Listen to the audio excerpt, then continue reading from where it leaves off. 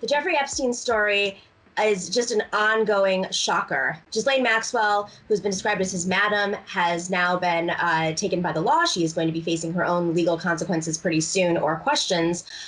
We have a reporter from the Daily Beast, Kate Bricollet. She's been covering this beat, and it is shocking. Every single time I read a story, I'm like, everybody's worst conspiracy theories have pretty much been validated about like the powerful and the rich.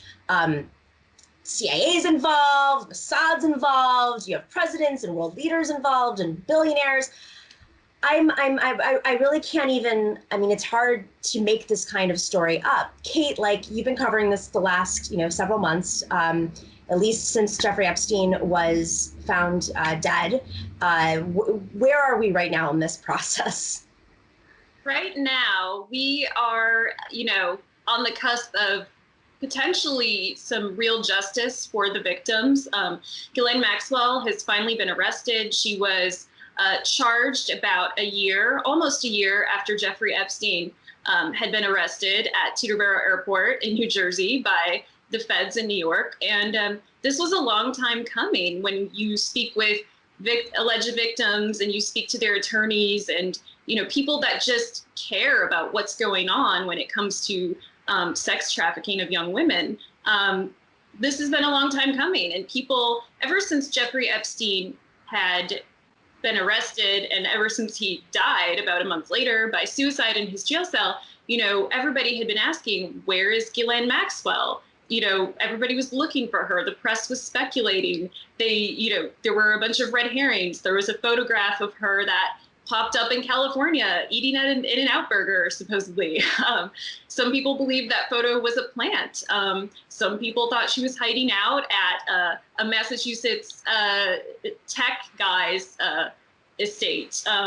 Nobody could find her. And so this arrest has really driven home the point that prosecutors in New York really took this seriously. Before Ghislaine was arrested, I had been speaking, just days before, I had been speaking with some of the victims in the case, and they had expressed frustration. They felt like they were in purgatory.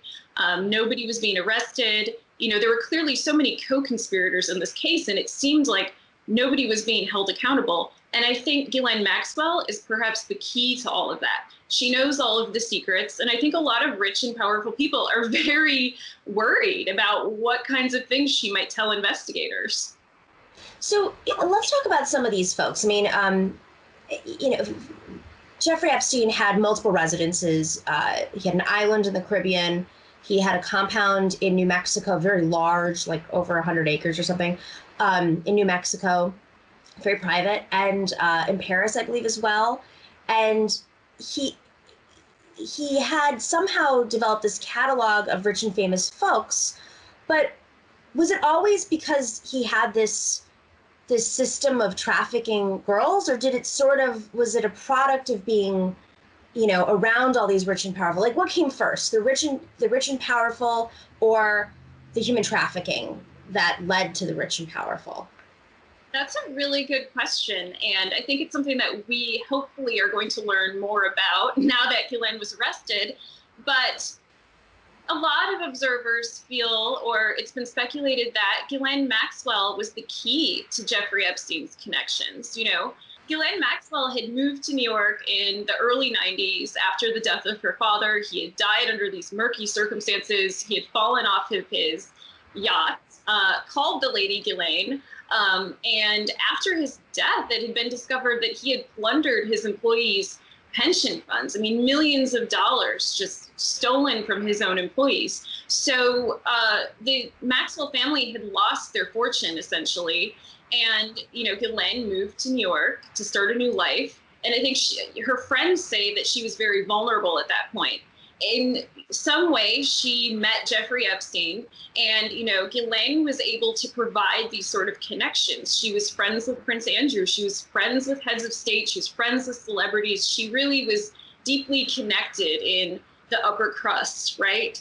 And Jeffrey Epstein had this money, his source of wealth is very mysterious, but he was not exactly the social butterfly that Ghislaine was. So I think that when you look at Jeffrey Epstein's Little Black Book, that infamous address book that has all of these famous people in it, it has Courtney Love, it has, Woody Allen, it has celebrities, it has finance people. I have been told by someone who knows Ghislaine Maxwell that she was the one that put that address book together. So she was providing the contacts, he was providing the money. I mean, that is at least what I believe right now. I mean, I think that Epstein was funding this lifestyle that she had lost once her father died.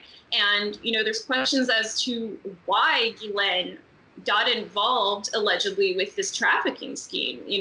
She stayed in it, supposedly, according to victims and according to civil lawsuits. She had stayed in this for such a long time, and you have to wonder why.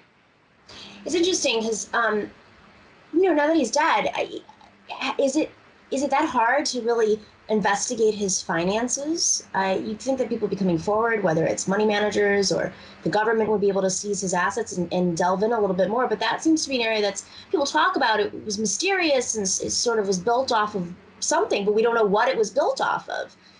I mean, has there been any sort of investigation that you know of post-mortem to assess where these finances come from? Because perhaps that could lead to how this trafficking scheme really was orchestrated. Sure. And I haven't heard whether this is something that the feds are necessarily looking into, although they should, right? And over the past year, there have been reports about his finances. There's been accusations that he was involved in a Ponzi scheme. And most recently, I think we saw in the last day or two, Deutsche Bank was fined, I believe, for assisting him with these sort of murky finances. And I think there's a lot of questions as to where he got his money. I mean, he's been this international man of mystery ever since, the early 2000s when Vanity Fair and New York Magazine had sort of cottoned on to his persona, right? And there were always questions about where his money came from. And his only known client was Les Wexner, the former chairman of Limited Brands. And, it's just very strange that he would only have one client if he were really this prolific hedge fund manager. And just for those who may not know who he is, Limited Brands includes Victoria's Secret. So, interesting association. Thank you for watching and listening to the Nomiki Show. Make sure to click like and subscribe on YouTube and share with everybody on social media. And of course, if you're not a patron already, please join us on patreon.com/The Nomiki Show for as low as $5 a month. That money makes a huge difference. We don't have the corporate money coming in. We're not cable news that's raking in the dough from advertisers right now as everybody's sitting at home and watching. It is really you guys who are keeping us together. So please consider being a patron. And for those of you who have already, we are incredibly grateful.